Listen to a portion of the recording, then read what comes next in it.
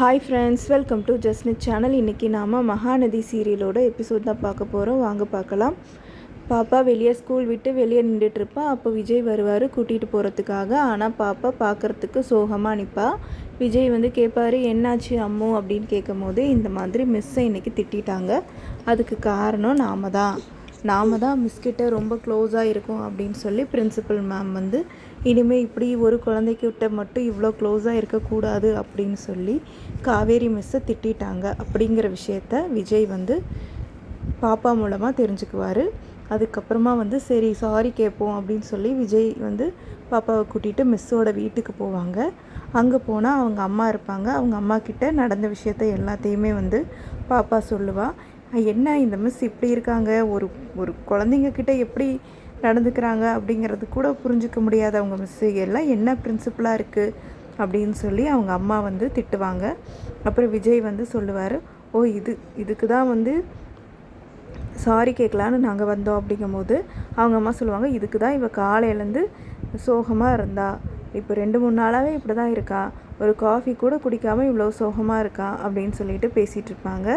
சரி வீடு பார்த்துக்கலாம் அப்படின்னு சொல்லிட்டு, பாப்பா வா, நான் உனக்கு நிறைய ஸ்நாக்ஸ் செஞ்சு வச்சுருக்கேன், வா போய் சாப்பிட்லாம் அப்படின்னு சொல்லிட்டு அவங்க பாட்டி அம்முவை கூட்டிகிட்டு உள்ளே போயிடுவாங்க.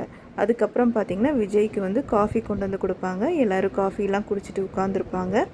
அப்புறம் பாப்பா உள்ளே போனதுக்கப்புறம் விஜயும் காவேரியும் பேசிகிட்டு இருப்பாங்க. இந்த மாதிரி காவேரி கேட்பாங்க, என்ன சார் நான் சொன்னதை எல்லாம் யோசிச்சு பார்த்தீங்களா, ஏதாவது என்ன ஒன்றுமே சொல்லலை, இப்போ என்ன முடிவு பண்ணி வச்சுருக்கீங்க அப்படின்னு கேட்கும் போது விஜய் நினப்பார், இவ என்ன நம்மக்கிட்டேருந்து எதிர்பார்க்குறா, நம்ம கல்யாணம் பண்ணிக்கலான்னு சொன்னால் ஒருவேளை இவ நம்மக்கிட்ட லவ்வை சொல்லிடுவாளா, ஒருவேளை இவ நம்மளை கல்யாணம் பண்ணிக்கலாம் அப்படின்னு நினைக்கிறாளா என்னங்கிறது விஜய்க்கு இன்னும் கேள்வியாக தான் இருக்கும். உடனே அவர் யோசிச்சிட்டே இருந்துட்டு சொல்லுவார், நல்ல பொண்ணு, அம்முவை பார்த்துக்கிற மாதிரி ஒரு நல்ல பொண்ணு கிடச்சா கண்டிப்பாக நான் கல்யாணம் பண்ணிக்குவேன் அப்படிங்கிற மாதிரி சொல்லுவாங்க விஜய். அதுக்கப்புறம் காவேரி கேட்பாங்க, எப்படி வேணும் உங்களுக்கு பொண்ணு, ஏதாவது எக்ஸ்பெக்டேஷன் இருக்கா அப்படிங்கும்போது விஜய் சொல்லுவார், எக்ஸ்பெக்டேஷன்லாம் கிடையாது, பொண்ணு நார்மலான சாதாரண குடும்பமாக இருந்தால் போதும், ரொம்ப ஆடம்பரமாக இருக்கணும்லாம் அவசியம் இல்லை, என்னையை விட என் பாப்பாவை நல்லா பார்த்துக்கணும் அப்படிங்கிற மாதிரியான இதெல்லாம் சொல்லிகிட்டு இருப்பார்.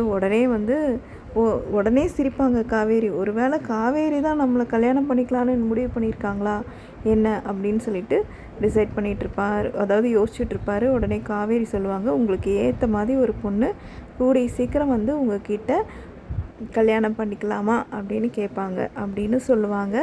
பாப்பா கிட்ட அவங்க அம்மா பேசிட்டு உள்ள கூட்டிகிட்டு போய் கிச்சனில் உட்கார வச்சு, இந்த மாதிரி உனக்கு காவேரி அம்மா அம்மா தான், காவேரி மிஸ் உனக்கு அம்மா தான் அப்படின்னு சொல்லிட்டு இருப்பாங்க. எப்படி சொல்கிறீங்க, அவங்க தான் எனக்கு மிஸ் ஆச்சு, இல்லை உங்கள் அப்பாவை கல்யாணம் பண்ணிட்டா உனக்கு அம்மாவாயிடுவாங்க, உனக்கு பிடிக்குமா அப்படின்னு சொல்லி கேட்டுட்டு பேசிகிட்டு இருப்பாங்க. அதோட இன்றைக்கான எபிசோட் முடியுது.